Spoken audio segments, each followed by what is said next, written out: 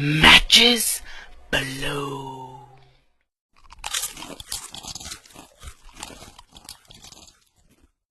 Hey guys, Balone here, bringing you guys a movie review for Batman v Superman: Dawn of Justice. So I was fortunate enough to go see the advanced screening of Batman v Superman on Monday, March 21st, and I've had already about 4 days to really process the movie and kind of get my thoughts in a way that I can present it to you guys. Before anything, I do want to say that yes, this is a DC Comics fan channel. I am a huge DC Comics fanboy. But I'm also very honest, and I'll tell you guys if I like something, if I dislike something, and why. So even though there might be a little bit of bias towards the DC Comics brand, please take this as a very fair and honest review. Don't just write it off just because I'm a DC fan. But yeah, that's pretty much it. Let's jump into this film. Now, the reason it's been hard for me to really make a review and put into words the movie is just because it was something very unexpected for me. You know, every time we got an image of the movie, every time we got a trailer, whatever, any type of publicity stuff, magazines, whatever you want to call it, you start getting a mental image of what you can expect from this film. And so me, just like everyone else, I had a certain idea of what we might see, how the story might go.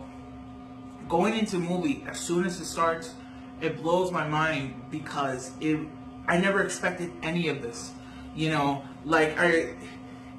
It's still hard for me to kind of tell people because I talk to my family. My sister went with me and I talked to her a lot. It's just really hard to put into words exactly what I saw and what I experienced, because I remember coming out at the theater, my sister was saying she thought I was angry because I had a very serious face on my head, but in reality it wasn't that I was angry. I was just really trying to think of what did I just saw. I'm trying to process it through my head. And it's hard because at first you think that because you're not 100% a fan of it that it's bad, it's awful. But when I went through the movie in my head, trying to recreate it scene by scene, step by step, beat by beat, I started to come to the realization there was nothing bad about the movie. There wasn't anything I disliked. There wasn't anything that I felt was awful. It was just really weird for me because it's like everything that the movie did, I liked, but just the way the movie was presented, it was something very jarring. The story, I felt it wasn't as cohesive as it could be. I felt they were throwing a lot of information in this movie. They were throwing kind of like maybe 3 or 4 stories at the same time that us at the audience had to juggle with. And there wasn't this very nice flow between the scenes, right? It really felt like every scene was filmed individually and then pieced together, and that was the movie. So it was, when you're watching it, you're kind of, I don't want to say it's hard to follow, because every scene as its own, it's very easy to understand what's happening. Here's Bruce Wayne, here's Alfred, here's Clark Kent, here's Lois Lane. It was very easy to follow like that. But what happened would be like there was a storyline revolving Superman, and then it would jump into a storyline revolving Batman, and then it would jump to a storyline revolving Lex Luthor. And even though this is all in the same movie, and technically this is all taking place and showing what is building up to this big confrontation between the two heroes, it really did feel like separate movies in general, And so, I don't think that's bad. If I were to compare this to another movie, I would say it reminds me a lot to Crash. Crash, it was a movie where you get introduced to a lot of characters and kind of their own individual storylines. A big event happens that it brings all of these characters together. And basically that's the car accident. So once the car accident happens, you see how this character relates to this character and how this story now affects the other story. And it was a very interesting take on filmmaking. And I really think Dawn of Justice, whether that was the intention or not, that's how I received it. It really did feel like we're getting a Batman story, we're getting a Superman story, we're getting a Lex Luthor story, and they're all separate. But then once the big connection point happened, which in this film, I believe it's the big fight, right, Batman vs Superman, that's where everything really starts coming together, and we start realizing, oh, this is how it connects to this story and how this one affected the other story. So I think in that sense, it's really cool, really interesting. It's something I honestly, I didn't expect for this movie, and I don't really think it's something a lot of people would expect from a quote unquote comic book movie. I think the genre is very simplistic, just because essentially every movie it's a hero story, right? There's a villain, he brings a lot of trouble to the hero, and the hero overcomes it. And regardless if you're talking of any DC Comics movie, any Marvel movie, that's essentially how all of these movies play out, right? And this one, it was so different that it really did blow my mind, you know. And you know, I expect a lot of people to walk out of the theater with the notion of what the hell did I just saw, right? And if there's one thing this movie does really good, it makes you want more, you know. It's the Batman story, right? Essentially, it's Batman, and he has issues with Superman because Superman is this all-powerful being, and nobody's out there to kind of put him in check, right? And so when you follow Batman and all the things he's doing, from, you know, trying to get equipment, trying to really find out what are the weaknesses of Superman and stuff like that, it's almost like this itself, if they had extended a little bit, could have been its own Batman movie, you know.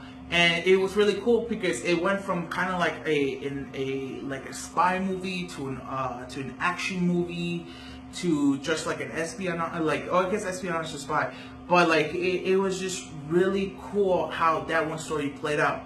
Then you have the Superman story, where it's him really afraid of Batman, and that he's a vigilante who's taking the law into his own hands and thinks he might be going too far. And he's also dealing with the idea that every time he goes and saves someone, or he goes and prevents a crime, or whatever you want to call it, or whatever action he's doing, the world brings out a big debate, and it's like, is he doing right or is he doing wrong? Do we need him? Do we not need him? Like, what exactly do we do, right? It's always a big discussion. And so when you follow that kind of storyline, it really plays out more of this kind of like, I don't want to say political drama, but it's just, it's like really hard to really put into any type of description. His storyline really makes you think of the world around you, and not just in this universe, just like in your own personal world. It'd be like, if this really happened, how would us as a species react towards it? And it brings a lot about, and they have a lot of people discussing science and discussing kind of religion and stuff like that.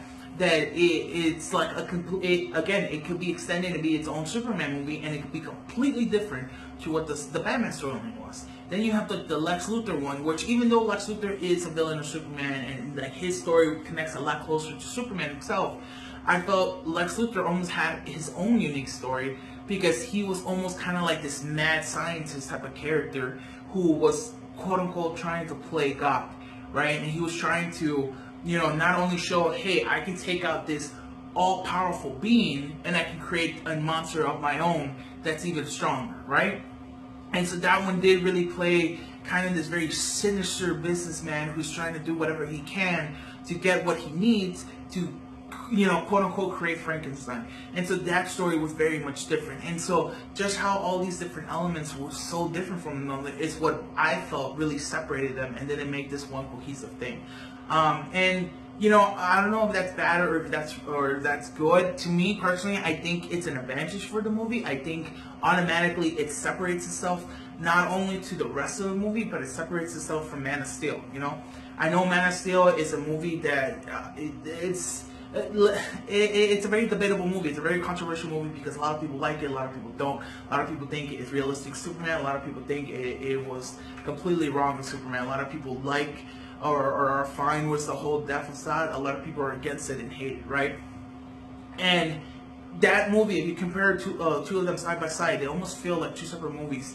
If I did not know Zack Snyder directed both movies, I really would have thought there was two different directors involved in both movies. It's kind of amazing how this takes place in the same universe, right? This is quote unquote a continuation of a story created in the last movie.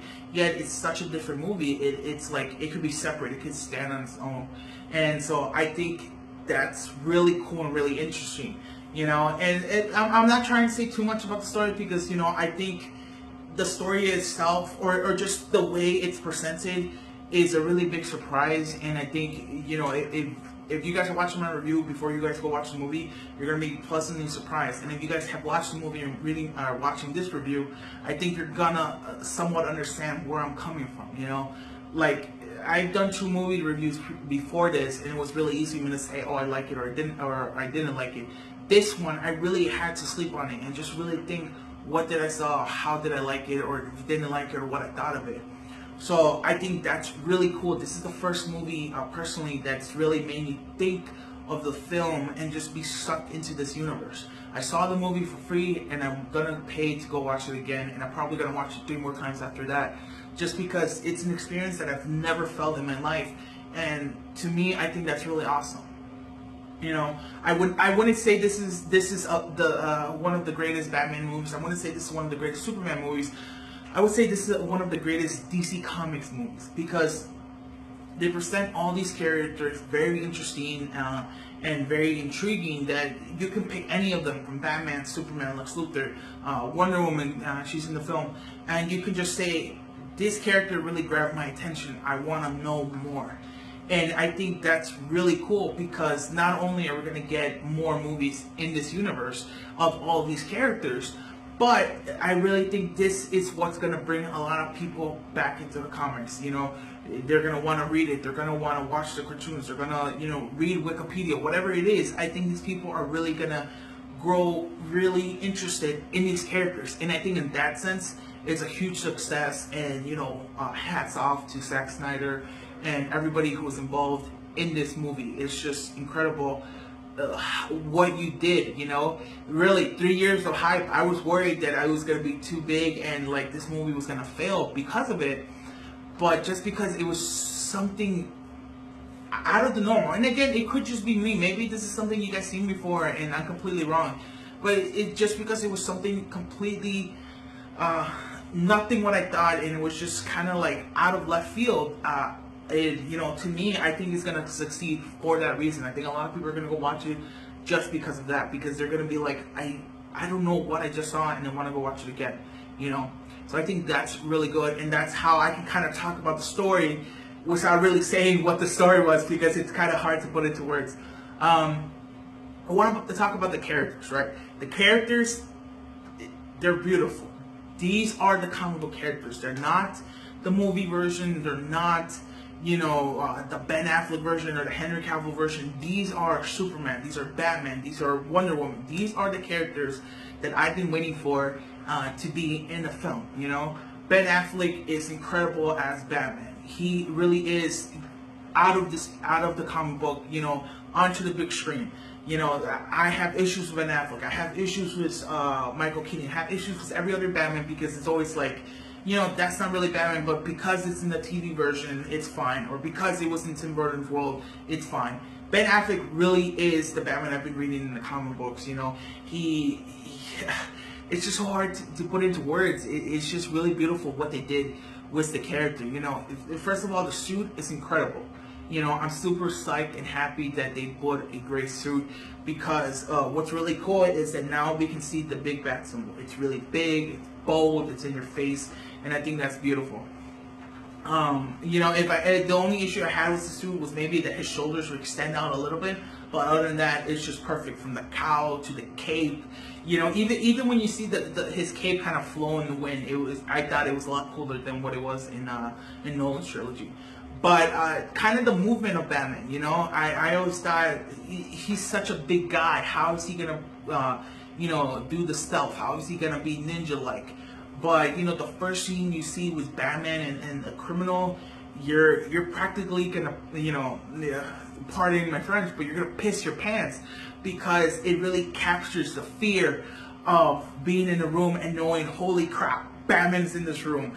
And it's just really amazing. It's something I've never felt in any other movie, but it's always something I've seen in cartoons, I've seen in video games, and I've read it on comic books, that I'm really excited we finally get a Batman that's like that.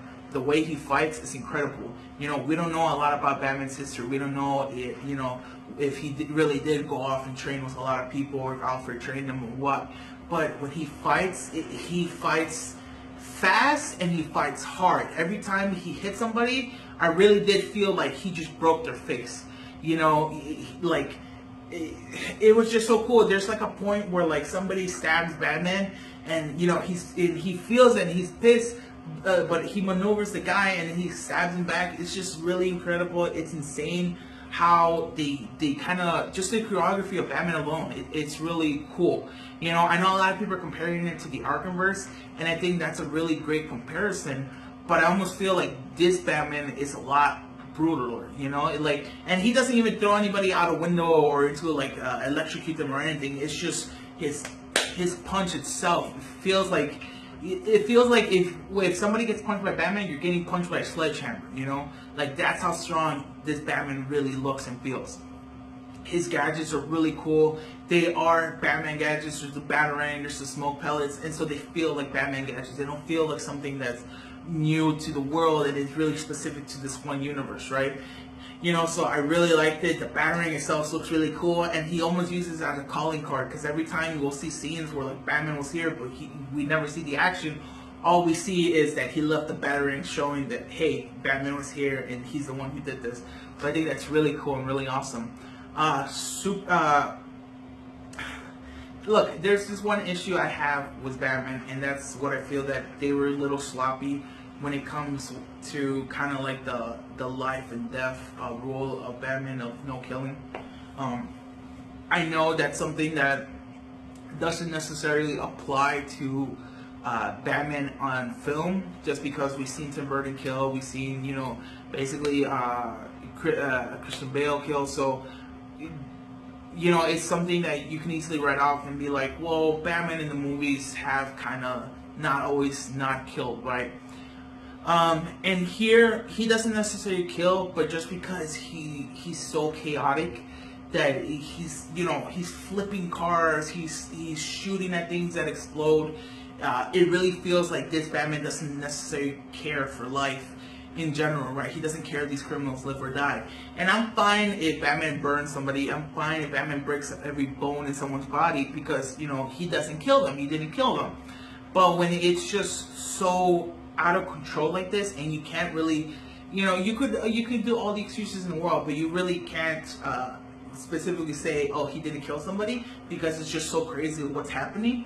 I felt that was a little sloppy when dealing with Batman. The other issue I have is that they show Batman with a lot of gunplay. There's a lot of times where, like in the nightmare sequence, Batman's using the gun. And I know you can kind of write that off because it's like an alternate reality or whatever. But there's other times where he's fighting with a criminal and he's like shooting basically the area around him to kind of spread these criminals out. And I just don't, I never really associate Batman kind of using the gun in any which way. It felt really weird. He doesn't use a gun against Doomsday, it's just a grenade launcher. So I know that was something that a lot of people were worried about. But it is very weird seeing Batman to kind of interact with guns so often. It's just something you don't necessarily see a lot. And the one other issue that I have, going back to the killing, is the fact that Batman basically takes a kill shot. And that was something that really pissed me off and really just angered me, because it's like, you guys presented such a cool Batman, a Batman that I feel personally, this is the Batman I've been waiting for on film. Why are you going to ruin it and take that kill shot, And everything else you can kind of excuse it and write it off. This one, I don't care if the person lived and he shows up in the next movie. I don't care if he's super burned or he just got exploded through a window and lost an arm. I don't care. Batman took the kill shot. That's the problem in this, And so that's the one gripe I have against this. I really wish they hadn't done it. I wish they would have edited it out. And, I just hope as Batman progresses in these movies and Justice League and in solo movies, he doesn't do something that's so out of character, So those are kind of my thoughts on Batman. Superman, I thought it was great. Superman is the one character that I think really shows a lot of character growth and character development, specifically because the other characters that are really focal points in this movie are new, right? We're getting introduced to Lex Luthor, we're getting introduced to Batman. Superman is the one main character that we saw from the previous movie that shows up a lot in this film. And I think because of that, it just really emphasizes the character growth he's gone through. I think Man of Steel, because it's an origin story, we see a very reluctant Clark Kent in trying to become, the hero that Jor-El wanted him to become, and kind of still maintaining the idea of what Jonathan wanted him, and and so juggling all of that, it kind of showed a Superman that's kind of a little nervous, right? Here, I think he fully has accepted the idea of I am Superman, I am a hero. This is a symbol of hope. And we see that just because there's a really great scene that we see Superman in, is that he's following Bruce Wayne, but then he sees the news and he sees that in like New Mexico there's a building going on fire and there's a girl trapped and nobody can go rescue her. And so quickly we just see he vanished because he had run off to go save her. And I think that's Superman. Superman is the type of person, regardless of whatever he's doing, he sees someone that's in trouble, he drops everything and he goes and saves her. And so I think that's really awesome. And he does a lot of stuff like that, where he saves people or he does things for good. But of course, like I said, there is a controversy around him that people don't know if he should be getting involved or he shouldn't. Should he be working for the government or not? And so when you kind of have that happening around him, around everything that he does, you kind of see this internal struggle within Superman, where he's trying to do what's right, he's trying to do good by everybody, but ultimately he fails according to everybody. And so you see this kind of internal struggle of him, just wanting to like get really frustrated and really lash out, but he doesn't, right? He tries to hold it back and he tries to kind of be the bigger person in the situation. And to me, that really screams Superman. I grew up in the 90s. My Superman is the animated series Superman, and I really felt Henry Cavill portrayed a similar Superman to that. And in the animated world, it's pretty much the same thing. He tries to do good, but Lex Luthor always gets away. He tries to help people, but then somebody spins it off that, oh, he was actually hurting them or something. And that's what I felt Henry Cavill portrayed when he was, Superman. What I also liked about Clark Kent and Superman was that they felt like different characters. If you look at the movie, you look at Bruce Wayne and Batman, they almost feel like the same character, just because Bruce Wayne is equally frustrated, is equally angry as Batman. Whilst Clark Kent, on the other hand, felt very different from Superman, just because he was kind of written like an old school newspaper reporter, somebody who has a lot of journalistic integrity, somebody who wants to bring the news out about this vigilante Batman in Gotham, right? And so it was really cool because, I know there's the joke that, oh, how can nobody recognize Clark Kent to be Superman if he's just wearing glasses? But to me, honestly, just because how morally strong he portrayed Clark Kent in the movie, I really did feel that if somebody met Clark Kent in this world, they would never think, oh, he's Superman, because he really created a character that's so strong into what he believes in that nobody really could really see him doing something else, right? Even though you could still say Superman and Clark Kent are still out for the same thing because they want to help people, it really came out as two different characters, and I think that's really awesome because that's something we don't necessarily see when it comes to these alter ego characters, right? It's kind of hard to put into words just how different they feel. So I was really excited for that.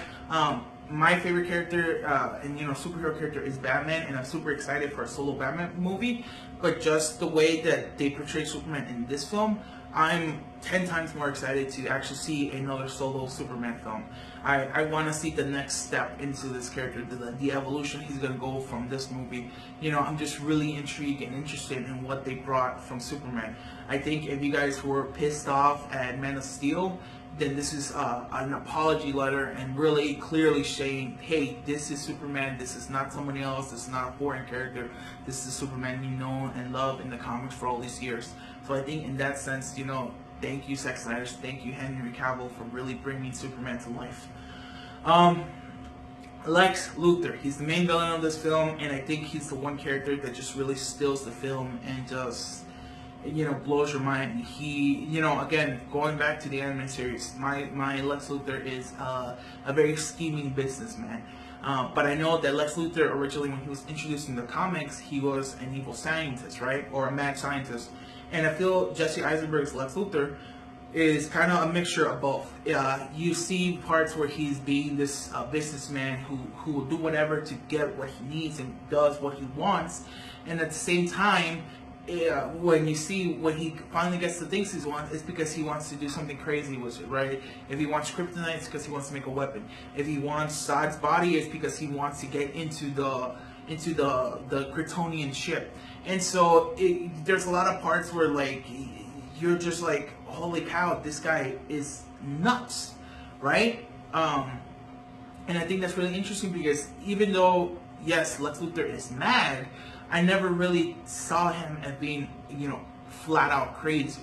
And I think it's kind of weird because he is a supervillain, right? But it's just in this movie, it's I don't know, it's, again, just like the movie, it's very jarring, very unexpected. There's a lot of scenes where like Lex Luthor's talking to somebody and says a lot of these kind of like weird religious things or God-related things. And you really don't understand, and you just kind of get this really weird, creepy vibe from him. But then something else happens in the movie later on that kind of connects to what he said earlier, that you kind of see, holy cow, this guy has really been playing everybody. He's very eccentric and weird, and I think the best way to describe Lex Luthor is kind of that old saying that, oh, he's weird because he can afford to be weird. I think that's the best way to really, if you want to tell somebody what this Lex Luthor is like. If you guys are worried that Lex Luthor is going to be a goofball, don't be, because there was never a point in this movie that I laughed at something Lex was doing. If you guys are worried that he's too young and he's not really going to be able to portray a real big threat to Superman, don't be, because he nails it. He felt like somebody who had all these plans to just really take him down in a billion different ways, and Superman just really wasn't ready to take someone on like this. And so I think Jesse Eisenberg really nails it. I gotta say, the way we see bald Lex Luthor is a bit of a cop-out and a little cheap. But I gotta say, in that scene, when you guys see it, and it's towards the end of the film, so I don't want to talk about it too much, but when you guys see it and you listen to what he's talking about, it makes me think, does he know about something that's coming up in next movies? Does he already have an interaction with another character that's really major, that's been, teased in this film? And so I think just that moment right there really stole the film, and just keep an eye on Lex Luthor, because I think he's the one that's really going to grab your attention above everyone else. The last character I want to talk about is Wonder Woman, right? She's mostly Diana Prince throughout the whole film, and she mostly interacts with Bruce Wayne because, again, she wants something from Lex Luthor, and Bruce Wayne wants something from Lex Luthor, so their paths cross a lot through this film. But I gotta say, the way they portrayed Wonder Woman, the way Gal Gadot, portrayed this character was just beautifully done. A lot of the scenes we see her, she's kind of in this very fancy gown or just a nice dress, and she's at these fancy parties. But she never really acts, quote unquote sexy or being a temptress. She's somebody who holds herself and carries herself as a woman who fully understands that she's beautiful, fully understands that a lot of people find her attractive, but she never uses this as a tool for her end goal. She never kind of uses that against people, and it's very flirtish or just girly, right? She's a woman who's very strong, very independent, who she knows what she wants, and she has skills that she knows how to get what she wants. There's a lot of time where she interacts with Bruce Wayne and she gets the upper hand. And I think that was really cool, because I think a lot of us see Batman as being the ultimate coolest character in the world. And to have somebody, more importantly a female, to really take him out as a game, I think that was really cool. And just really shows just how smart and how, I don't know what word I want to use, but just how good Wonder Woman really is at her job, basically. And like I said, every time these two characters interact, I really felt it was almost like a spy movie. So I think that's really cool. Later on, we do get to see her in her full Wonder Woman outfit, and I gotta say, she steals the movie from then on then, because basically she saves Batman's butt, and then she kicks ass. And she's really cool at it. She looks incredible in the suit. If you guys are worried that she's not gonna, fill in that suit or be the Wonder Woman you guys all see from the comic books and cartoons, don't be. She nails it. You forget about Gal Gadot. You forget about anything else. She is Diana Prince. She is Wonder Woman. What I really love is that you guys already know Doomsday's in this film. It was in a previous trailer. So she comes out when the big Doomsday fight happens. Batman and Superman are pretty much worried and scared out of their minds, because they're like, holy cow, how do we take down this monster? And Wonder Woman, on the other hand, is kind of like, because she's a warrior, she's enjoying this all. There's a lot of times where like Doomsday will knock her out, and then you just see her with this kind of big grin or big smile on her face, and she's enjoying it. And what I really like is that Wonder Woman gets in there not only with her fist, but she uses her sword, she uses her shield, she uses her lasso, which is really cool. And I really didn't think we were gonna see it. So when we did, I was like, oh my god, there's the lasso. So I'm super happy for that. I gotta say that the Doomsday fight, I'll talk about the two fights, the Batman v Superman fight and the Doomsday fight. But the Doomsday fight, I thought was really cool, but what I didn't like was that they really made Batman look really weak. And I think that's the big problem when you talk about the Trinity, because you have such powerful characters and then you pretty much have a normal person. And so there's a lot of time that Batman is just running away from Doomsday and trying to get to cover. And the only thing he really does is kind of throw kind of like a kryptonite smoke pellet to weaken him. Well, other than that, he doesn't really ever fight Doomsday, at least in a helpful way. And so I think that really just shows how weird it is to have Batman in a world with just such super powerful characters. So I would have liked them to really play off more of the strategic nature of Batman, really come up with a game plan and be like, okay, Superman, you go up in the air, Wonder Woman, you hold him down, just like be a little more effective when it came to the actual fight, So I think that was a little bit of a negative.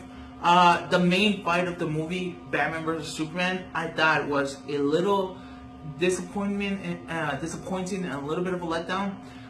Just because this whole movie, from the first time they introduced it to the last trailer, they build it off as a versus movie, right? They build it off as this is going to be the first time not only these two characters meet, but they're going to fight it out. And so when you have 3 years of hype building to this idea that we're going to see Batman versus Superman, we're going to see Batman kick Superman's ass, we're going to see Superman kick Batman's ass, the fight has to be good. And I felt this fight was just a little slow, a little boring, and just very anticlimactic. And even though I say it's a little slow, I actually felt the fight itself was quick. It just like came and gone. Now, it's kind of hard to put into words because there were a lot of cool spots within the fight that you're like, wow, that was pretty awesome and I like this. But I always felt that the fight itself never really got to get going, right? It was like there's a lot of parts where you're like, oh, this is it. This is where like now Superman's pissed and he's really gonna fight Batman, or Batman's pissed and he's really gonna go at it. There was just a lot of cool spots that you really think this is where the fight turns and this is where the fight really gets interesting and really gets cool. But I never felt it really picked up. And this becomes really evident when you kind of see this is the end of the fight and Batman kind of gets the upper hand. And you're just like, that was it? 3 years and that was the best you can do? And I know this movie is very inspired by Dark Knight's Returns. And I'm not gonna lie, I haven't read the book. Yes, I know I have to. It's on my to-do list, but I keep getting distracted and keep putting it on the back burner. But just because, I don't know if this fight was just like in the comic book and it was beat for beat. But just because something's inspired by it doesn't mean it's an adaptation. And I really felt that Batman himself, when he fought other people, was really cool. And Superman, we've seen when he fought General Zod, was really cool. And so I really thought these guys should have gone at it at a much more lively fight. It should have been a lot more insane, a lot more in your face, a lot more action heavy. And to me, it just felt really slow. And so I was a little disappointed at that. If I had to compare that fight to something in real life, I would say, if you guys ever followed the boxing world, last year there was a really big fight between Mayweather and Pacquiao. And everybody built it up like the fight of the century, like this was going to be the greatest fight in the world. And then when it happened, again, super slow, super disappointing, big letdown. And that's what I really felt this fight was between Batman and Superman. It's just, I think the hype really crushed this. 3 years of build up, 3 years of constantly talking with people on Twitter or in your comic book shop of like, no, Batman's gonna beat Superman or Superman's gonna beat Batman. And that was pretty much all for a waste because it was such a boring fight that you're just, why even bother at this point? But yeah, I know I was all over the place, but I'm just trying to throw everything I have in my mind and just tell you guys exactly how I felt, how I thought of different things. I gotta say, I am a little bit disappointed in two things. One is Aquaman, because it was really cool how they kind of showed us a glimpse of the other Justice League members, right? So that was really cool, and it was just something that I couldn't put my smile down. My eyes were wide open. I'm just looking at it. I'm like, oh my god, that's the Justice League. Oh my god, that's the Trinity. But I'm disappointed in Aquaman just because with all these merchandise coming out, we see a lot of Aquaman toys, and I thought Aquaman was gonna have a really big role in, well, not a big role, he was gonna have as much screen time as Wonder Woman. I really thought that, you know, they kept playing Aquaman as, oh, he's gonna be a very small glimpse in the movie, but then he actually, you know, there's a part where Lois Lane is drowning, and I really thought Aquaman was gonna save her, and then he was gonna join the Doomsday fight. But he didn't do it, right? He never joined, and he was just another one of those kind of like small vignettes when they were showing, hey, this is the Flash, this is Cyborg, this is Aquaman. So I'm a little disappointed in that, but just because I thought we were going to see more of him, not because Jason Momoa is bad. I actually think he's really badass, and I'm really excited to see more of his Aquaman. The other disappointment I have is Doomsday. Now, I'm not disappointed on how he looks. You know, he's not exactly quote unquote the same Doomsday we've seen in the comic books, but I still think he's done pretty nicely. I think his power set's a little whacked, but I'm not 100% sure. You know, there was a lot of these shockwaves that I didn't really understand why Doomsday was projecting that. But we do see kind of like if you were to damage Doomsday, he would grow protection and heal from it, right? So I thought that was really cool because that is something Doomsday does. You know, you can't ever kill him twice. So I thought, you know, if you guys see the trailer, you guys are disappointed in that, just know that Doomsday does go into like an evolution and a change throughout the movie. So don't be worried about that. But the main thing I'm kind of disappointed the fact that they use Doomsday is because obviously the most famous story that Doomsday is involved is the death of Superman. And so they kind of tried to pull the story out and kind of do it at the end, but it just, to me, it felt rushed and felt a little unnecessary. You know, if this whole movie is again, quote unquote, doing The Dark Knight Returns, why are you just gonna throw in the death of Superman at the end? To me, it just felt like a wasted potential. You know, I know a lot of people say, hey, Doomsday is not really a great villain. He's not gonna be able to hold the whole movie. But I think if we had a Superman movie where you spend the last two and a half or 3 hours long building up this really strong connection to Superman, so that the point that it does happen, Doomsday really knocks out Superman, you feel sorry for the guy. You really feel heartbroken. You feel sad because it's like, oh my god, this guy gave his life.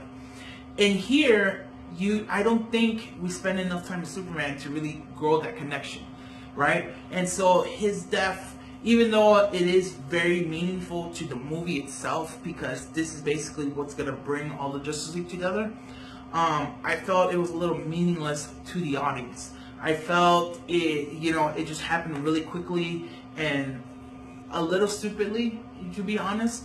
But I really think they shouldn't have thrown it at the very tail end of this movie. If they wanted to do that, if that was your original intention, to have Batman and Superman fight, then have Doomsday appear that brings them together, I would have liked it more if Batman and Superman happen, we see Doomsday, we see the Trinity form, but then the movie ends. And so the beginning of Justice League, or the beginning of whatever other film, the sequel to Batman v Superman if you want, could have been just that fight. Could have started with the Trinity fighting Doomsday, that event happens, and then the rest of the movie we deal with, well, what are the repercussions of that happening? What's the big kind of consequences of Doomsday versus Superman? And so in here, I do feel like it's a little bit of wasted potential. I feel you could have easily cut that out and just reworked it all so that it made a more cohesive story. Because like I said, you're getting thrown so much information, we really didn't need the whole Doomsday and Superman thing at the end. So that's my only gripe, one of my only gripes with this film. Other than that, I really did like the movie. I really think it's just a great movie. Like I said, your mind's gonna get blown because I don't think you expected this. I know a lot of people are comparing this to Watchmen, and I would say that's a fair comparison because Watchmen is also, there's these different storylines that you gotta follow. And I know a lot of people have a gripe because they're saying the movie's not fun, and I don't think that's a negative. You know, a superhero movie doesn't necessarily have to be fun. Plus, fun, it's very kind of an individual judgment, right? If you guys are expecting to, you know, if you guys like Deadpool, where he swears and he's saying a lot of jokes and there's ultra violence, that's not what Batman v Superman is. So don't expect that. I feel Batman v Superman is a lot more serious in tone and in nature. But I would never really call the movie dark. I think a lot of people think this movie is very depressing or very gothic, and it's not that. It takes place at night, and they're a lot more serious because the stakes are so high, right? It's basically essentially man versus God. And so, exactly how many times can you expect him to crack a joke? There were some funny moments, and there were parts of the movie where I did laugh, and I thought, wow, that's cute, or that's quirky, or whatever. But I would never say this is a comedy, or I would say this is a fun time. I just think this is a very serious movie, but I think it's a really good and enjoyable movie. You're gonna really enjoy it. You're not gonna feel the 2.5 hours or 3 hours, however long this movie is, you know, because you get sucked in. When the movie ends, you're kind of like, wait a minute, wait, that's it? Like, I want more, you know? So I think in that sense, the movie succeeds. And I think I really recommend it to all of you guys, regardless if you guys are DC Comics fans, if you guys enjoy Man of Steel, whatever. You guys really need to go see this film and just experience it for yourself. You know, this is something that I really think kind of threw the whole superhero genre on its head, and you know, I'm super excited what they do next. I'm super excited for Suicide Squad, super excited for Justice League, super excited for Wonder Woman. I'm just really intrigued on how they're gonna build off of this film. So that's pretty much it, guys. You know, comment down below, tell me guys your thoughts and opinions of this film. If you guys have seen the film, you know, do something like write spoilers on the top of your comments, so people who haven't seen it could read it and not worry about, you know, getting spoiled with the film. Like the video, you guys like it, dislike it if you didn't, and subscribe and look forward to more videos. Thanks, and later.